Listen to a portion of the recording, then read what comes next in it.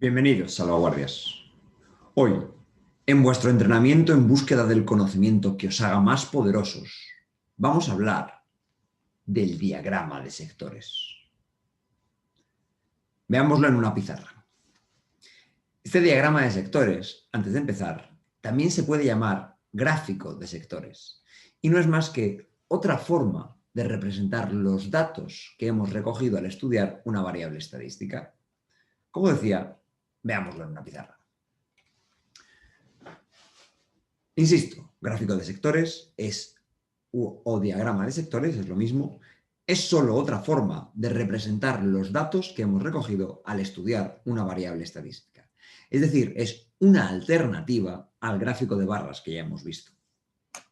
La ventaja fundamental de este tipo de gráficos frente al gráfico de barras es que el gráfico de sectores nos permite comparar qué parte del total representa cada dato. O sea, nos va a permitir comparar mejor los porcentajes. Para hacer un diagrama de sectores, al igual que para hacer un diagrama de barras, partimos de nuestra tabla de frecuencias absolutas. Vamos a hacer juntos un diagrama de sectores paso a paso para que podáis entender cómo es y qué aspecto tiene que tener un diagrama de sectores. Pongamos este ejemplo en el que estoy estudiando qué han desayunado los alumnos de clase esta semana.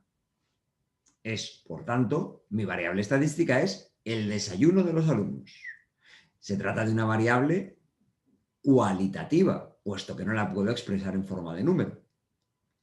Y tengo estos datos con los que he hecho esta tabla. ¿De acuerdo? Aquí pongo mis datos. Aquí pongo mis datos. Y veo que mis alumnos han desayunado a lo largo de esta semana bocadillo, palmera, caña y fruta. Caña de chocolate y fruta. Y tengo las frecuencias absolutas, ¿vale? Veo que ha habido 4 bocadillos, es decir, que 4 alumnos han desayunado bocadillo. Un solo alumno o alumna ha desayunado palmera. 2 alumnos o alumnas han desayunado caña de chocolate. Y hay fruta 3 veces. El dato fruta se repite 3 veces, porque 3 alumnos han desayunado fruta a lo largo de esta semana, ¿vale? A lo largo de esta semana. Bien, teniendo ya esta tabla, vamos a ir siguiendo los distintos pasos. Son solo 3 pasos, veréis que es muy sencillo. Una vez que ya tenemos la tabla de frecuencias absolutas, lo primero que tenemos que hacer es dibujar una circunferencia. ¿De acuerdo?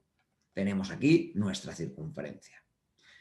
Lo siguiente que hacemos es sumar todas las frecuencias absolutas que tenemos para nuestros datos. Veis que yo tengo 4 más 1 más 2 más 3 es igual a 10. Sumo todas las frecuencias absolutas que tengo para mis datos.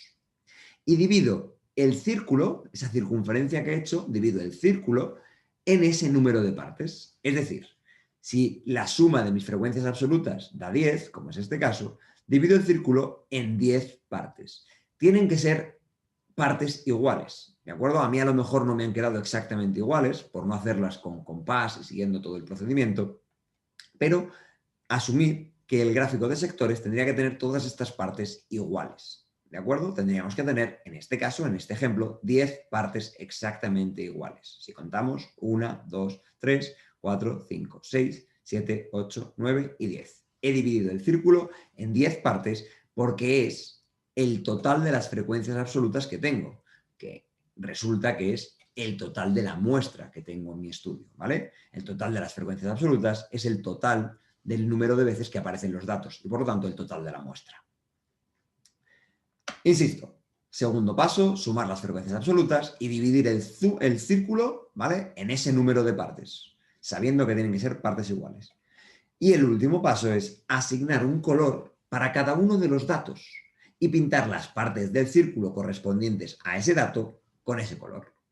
Para cada dato debemos pintar tantas partes del círculo como la frecuencia absoluta de ese dato. Es decir, recordemos que yo tenía esta tabla de frecuencias absolutas, en la que tengo 4 bocadillos, 1 palmera, 2 cañas de chocolate y 3 frutas.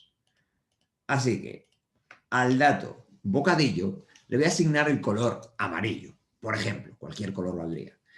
Y como la frecuencia absoluta de bocadillo era 4, pinto 4 partes del círculo de amarillo. Dejadme que busque un grosor un poco mayor para pintar más rápido.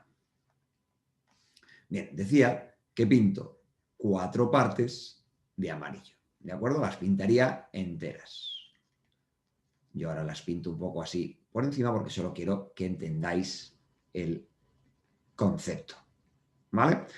He pintado 4 partes de amarillo porque bocadillo le he asignado el color amarillo y la frecuencia absoluta de bocadillo es 4. Ahora el color, ahora al dato palmera. Bueno, el dato palmera lo voy a pintar, digamos que de rosa. Y como la frecuencia absoluta del dato palmera es 1, pinto una parte en rosa. Una parte de mi círculo la pinto en rosa. Al siguiente dato, que es caña de chocolate, le voy a asignar el color marrón. Y como la frecuencia absoluta de caña de chocolate es 2, pinto 2 partes de mi círculo de marrón. 2 partes de mi círculo las pinto del color correspondiente a el dato caña de chocolate. Finalmente me queda el dato fruta, que le voy a asignar el color verde, y como la frecuencia absoluta del dato fruta es 3, pinto 3 partes de mi círculo de verde. Pinto 3 partes de mi círculo del color que le he asignado a el dato fruta. Y de esta forma tengo ya un gráfico de sectores, un diagrama de sectores, en el que podemos ver que la mayor parte de los desayunos son bocadillos, que después la otra parte más grande es la de fruta, seguida después por la caña de chocolate y finalmente la palmera. Esto me permite ver en un solo vistazo qué porcentaje del total de los desayunos se atribuye a cada dato. ¿De acuerdo? Por eso es importante que todas las partes sean iguales, porque si no, al verlo, no voy a poder comparar qué dato ocupa más superficie del círculo, ¿vale? Porque yo lo que hago es ver que el dato bocadillo, que lo he pintado de amarillo, ocupa más superficie del círculo, que el dato fruta, que lo he pintado de verde, ocupa un poco menos que el dato bocadillo, ¿de acuerdo? Entonces, es importante que todas las partes sean igual de grandes, porque yo lo que voy a fijarme es qué superficie del círculo ocupa cada dato, ¿vale? Porque eso me va a hablar del porcentaje del total que corresponde para cada dato. Y ya está, esto es un gráfico de sectores. Lo veremos así, en forma de círculo, coloreado en distintos colores, y veremos qué parte del círculo se corresponde a cada dato. Aquí os dejo una imagen para que os sirva de resumen. Dejadme que os la comparta. Y aquí tenéis el resumen de lo que hemos explicado sobre el diagrama de sectores. Y hasta aquí el entrenamiento de hoy. Sed curiosos y cariñosos.